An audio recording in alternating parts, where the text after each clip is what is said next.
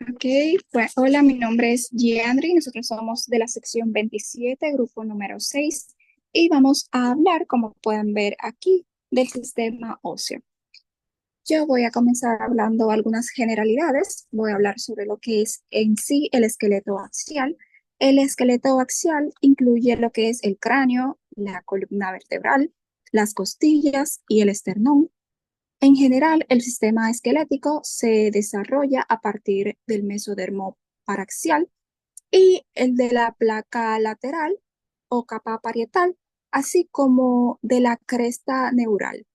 El mesodermo paraxial constituye una serie segmentada de bloques tisulares a cada lado del tubo neural, conocidos como somitómeras o somitómeras en la región de la cabeza y somitas entre la región occipital y la caudal.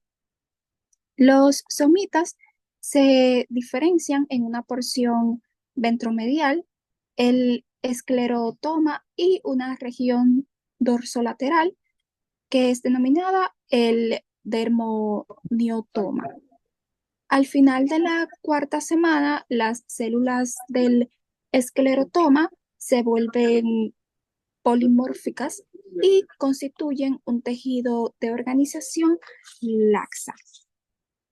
Lo que, bueno, lo que va a denominarse como mesenquima o tejido conectivo embrionario.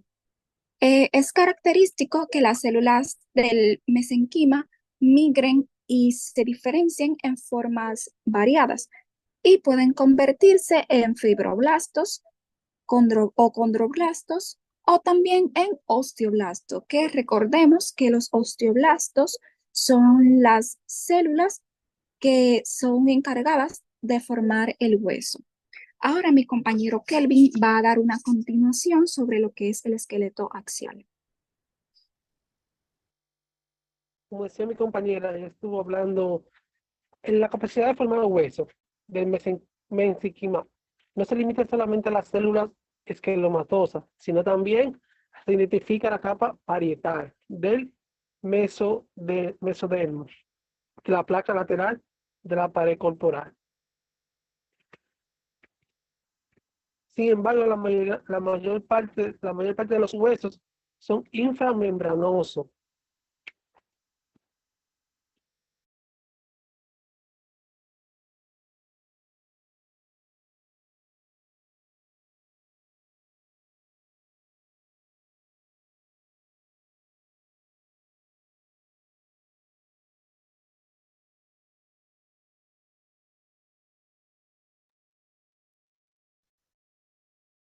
En la imagen que podemos ver, se divide en dos partes, neurocráneo y viscerocráneo. Los neurocráneos forman una cobertura protectora del tomo del encéfalo, mientras que la otra constituyen el esqueleto de la cara. Siguiente.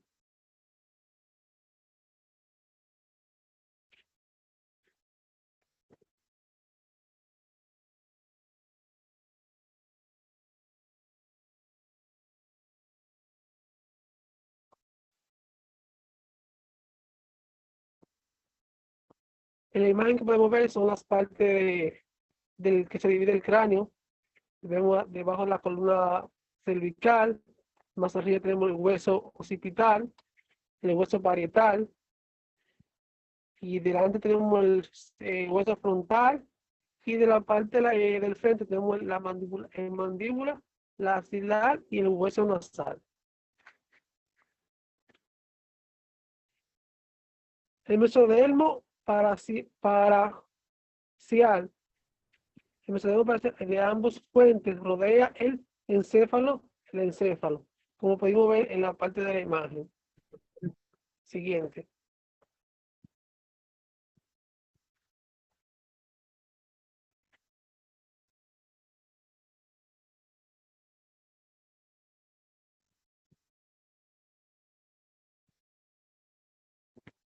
En el Bien, neurocráneo, Ya, sigue.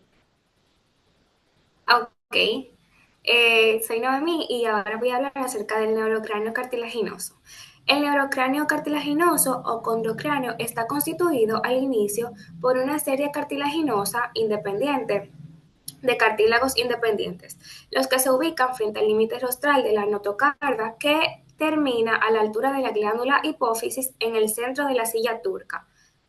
Estas derivan de células de las crestas neurales y estos márgenes integran el condrocráneo precondral. Los que se localizan en la región posterior de este límite se originan a partir de los esclerotomas occipitales formados por el mesodermo paraxial y crean el condrocráneo cortal. La base del cráneo se forma cuando estos cartílagos se fusionan y experimentan osificación endocondral. ¿Puede pasar a la siguiente, por favor? Bien, hablando acerca del viscerocráneo un poco, tenemos que este corresponde a los huesos de la cara y deriva ante todo de los primeros arcos faringeos. El primer arco da origen a la porción dorsal, el proceso maxilar que se extiende hacia adelante por debajo de la región del ojo y da origen al maxilar, al hueso cigomático y parte del hueso temporal. La porción ventral que da origen al proceso maxilar contiene al cartílago de Meckel. El mesénquima en torno al cartílago de Meckel condensa y presenta una osificación intramembranosa para dar origen a lo que conocemos como la mandíbula. El extremo dorsal, por otro lado, del proceso mandibular, junto con lo del segundo arco faríngeo, da origen más tarde a lo que es el yunque, el martillo y el estribo, que como sabemos son los huesos del oído. La osificación de los tres huesecillos se inicia al cuarto mes y los convierte en los primeros huesos en alcanzar la osificación completa. El mesénquima, por otro lado, para la formación de los huesos de la cara, incluidos los huesos nasales, lagrimales, deriva de las células de la cresta neural. La siguiente, por favor. Luego de tener esto claro, hablemos un poco acerca de las correlaciones clínicas que pueden haber por esta parte. Una de ellas es la craneosquisis, que no es más que en algunos casos la bóveda craneal no se forma y el tejido encefálico expuesto al líquido amniótico se degenera, lo que origina la anencefalia y se ve así como en la imagen. La craneoquisis se debe a una falta de cierre del neuroporo anterior y los productos con este tipo de defectos craneales cerebrales graves no pueden sobrevivir lamentablemente. Los niños con defectos más bien pequeños en el cráneo, a través de las cuales las meninges, el tejido cerebral o ambos se hernian y pueden recibir un tratamiento exitoso. En este caso, el del grado de defectos neurológicos depende del daño sufrido por el tejido cerebral. Hablando de otra malformación que sería la craneosinostosis, esta es otra categoría importante de anomalías cerebrales que deriva del cierre prematuro de una o más suturas. Estas anomalías se conocen en forma colectiva como craneostosis, que se presentan en uno de cada 2.500 nacidos, así que no es algo de qué preocuparse. También tenemos que la acromegalia se debe al hiperpituitarismo, ¡ay! Se me enreda, el hiperpituitarismo congénito y la síntesis excesiva de hormona del crecimiento y se caracteriza por un crecimiento desproporcionado de cara, manos y pies, como se evidencia en la imagen B1. Hasta aquí mi parte, la persona que continúa. Bien, buenas noches. Mi nombre es Isabel Yolanda Torres Encarnación y vamos a estar, no, devuélvela, que es neurocráneo cartilaginoso, por favor. Vamos a estar desglosando un poquito más este tema. Bueno, realmente tenemos que hablar de dos cosas muy importantes en lo que es el desarrollo de la estructura craneal, que es el neurocráneo cartilaginoso o condocráneo y el viscerocráneo. ¿Por qué? Porque esta información es súper necesaria y clave para entender cómo se forman los óseos del cráneo y la cara, esencialmente para lo que es el desarrollo humano. Entonces, el neurocráneo cartilaginoso Inicialmente está formado por una serie de cartílagos independientes. Esos cartílagos se pueden dividir en dos partes, según su origen. El condocráneo precordal, que se forma frente al límite rostral de la notocorda, que termina cerca de la glándula en el centro de la cintura. Entonces, los cartílagos en esta región derivan de lo que son las células de la cresta neural, que ya se mencionaron. Entonces, por otro lado, el condocráneo caudal, los cartílagos que se encuentran por detrás del límite rostral, se originan en los esclerotomas occipitales formados por el mesodermo paraxial que mencionó mi compañera al principio. A medida que el embrión se va desarrollando, entonces estos cartílagos se fusionan y pasan por un proceso llamado ossificación endocordial, transformándose en un hueso para poder formar la base del cráneo.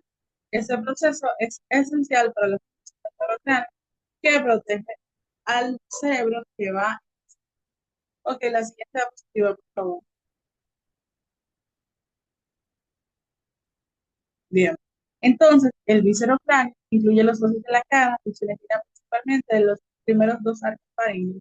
Su desarrollo se divide en dos áreas principales. El primer arco faríngeo, que, bueno, es su porción dorsal, el proceso maxilar que da lugar a huesos importantes, como el maxilar, el cigomático y parte del temporal. Y su porción ventral, que nos da el proceso mandibular, que contiene el cartílago de Meckel, que se simplifica entonces para formar la mandíbula. Este cartílago desaparece por completo, salvo en el ligamento esplenomandibular.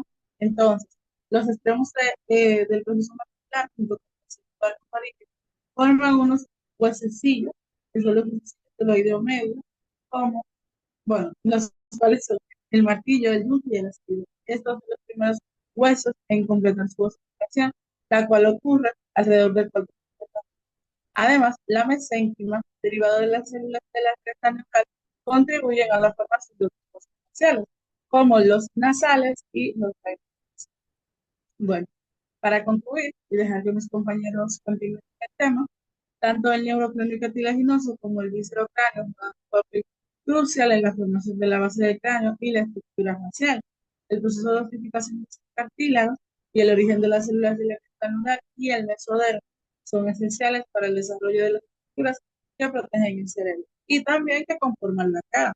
Espero que, bueno, esta exposición, este desarrollo de estas dos partes importantes les haya proporcionado una comprensión más clara y concisa de lo que es el desarrollo. Muchas gracias y espero que continúen prestando atención porque es interesante y mis compañeros van a explicar.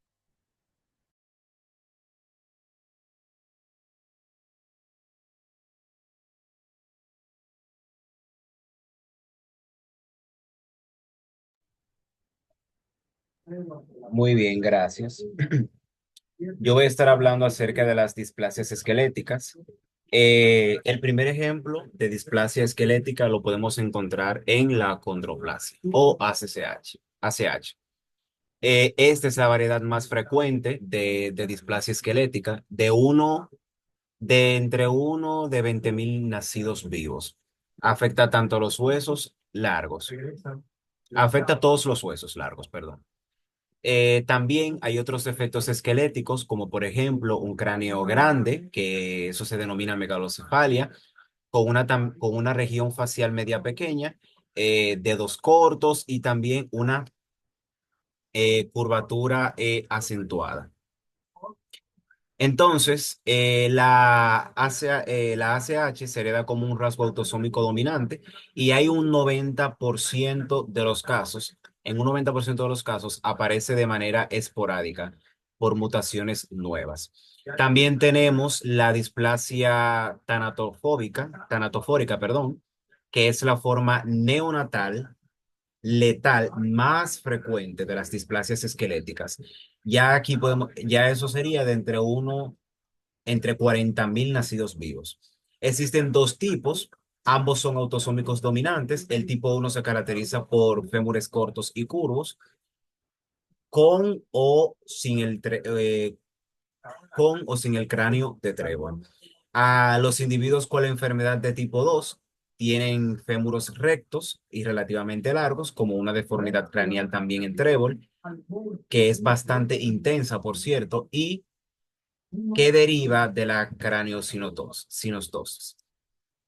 Otro término también para designar el cráneo del trébol es es el cleavage shadel, que es un término un poquito difícil de pronunciar. Entonces, este se desarrolla cuando todas las suturas muestran un cierre prematuro, lo que hace que el crecimiento cerebral entonces sea factible gracias a las eh, fontanelas anterior y la fontanela esfenoidal. Y también tenemos entre las displasias esqueléticas la hipocondroplasia, que esa es otra variedad autosómica dominante de displasia esquelética y parece ser un tipo más leve de la ACH. Entonces, todos estos tipos de displasias tienen en común mutaciones en el gen FGFR3, que determina la formación anómala de hueso econdondral. De tal modo que el crecimiento de esos huesos largos y la base del cráneo se van a afectar en gran medida. Entonces, tenemos la displasia esquelética generalizada. Aquí podemos encontrar la disostosis cleidocranial. Este es un ejemplo de displasia generalizada de los tejidos óseos y dentales. Se va a caracterizar por el cierre tardío de las fontanelas y también por la disminución de la mineralización de las suturas craneales, lo que va a originar una prominencia llamada abombamiento de los huesos frontales y parietales. Hay otras estructuras esqueléticas también que se pueden afectar y a menudo existe la ausencia o el subdesarrollo de las clavículas. Otras de las anomalías también que podemos encontrar es el síndrome de Pfeiffer. Este se produce en el gen FGFR1, en el cromosoma 8p12. No voy a abundar mucho en esa partecita. El fenotipo, que es la parte que se puede expresar. Aquí encontramos craneostosinostosis. Encontramos también el primer ortejo y los pulgares grandes y anchos. Encontramos el cráneo de trébol y una hipoplasia facial. Tenemos también el síndrome de Apert, que este presenta, igual que el que acabo de mencionar, una craneocitosis, hipoplasia facial. Va también a presentar una sindoctilia simétrica en las manos y en los pies también. Y por último, hay muchos más, pero yo solamente mencioné estos. También tenemos el síndrome de Jackson-Weiss. Perdón. Este también, al igual que los otros, va a presentar una craneocitosis, va a presentar una hipoplasia facial, va a presentar también anomalías en los pies, en las manos. Por lo general, esas anomalías, por lo general en las manos, son más o menos normales. Entonces, ya hay otros como el síndrome de Crowson, la displasia tanotofórica, que ya la mencioné, tipo 1 y tipo 2, la cranocitosis tipo Boston, el síndrome de Seidel-Choudsen, entre otros que se pueden mencionar. Los dejo con mi próxima compañera.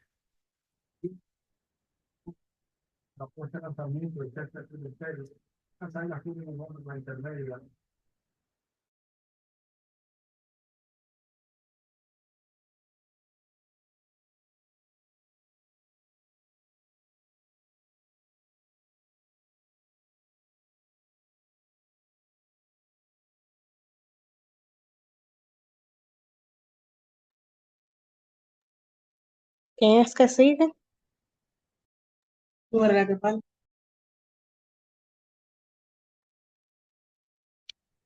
Bueno, yo voy a hablar sobre algunas correlaciones clínicas, los cuales son los defectos costales.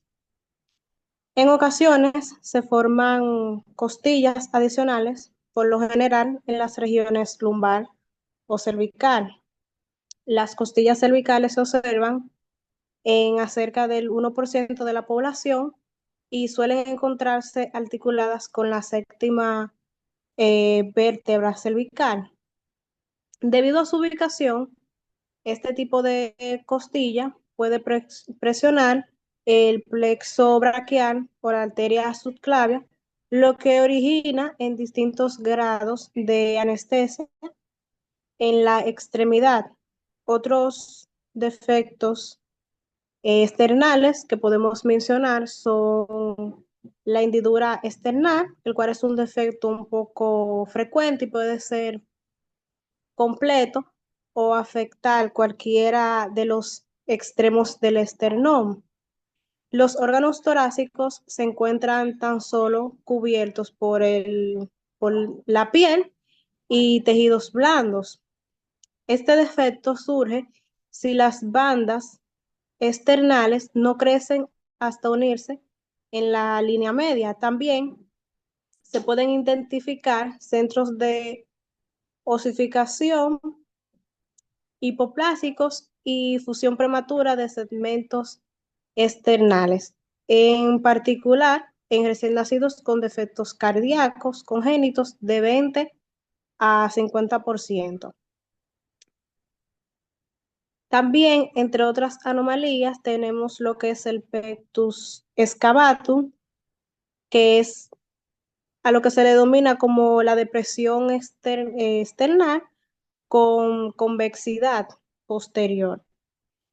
Por otro lado, tenemos el pectus carinatum, el cual es el aplanamiento bilateral del tórax con proyección anterior del esternón. La proyección del esternón define un aspecto semejante a, a la quilla de un barco, por ejemplo. Estos defectos pueden derivar de anomalías del cierre de la pared ventral del cuerpo o de la formación de los cartílagos costales y el esternón. Y hasta aquí mi parte.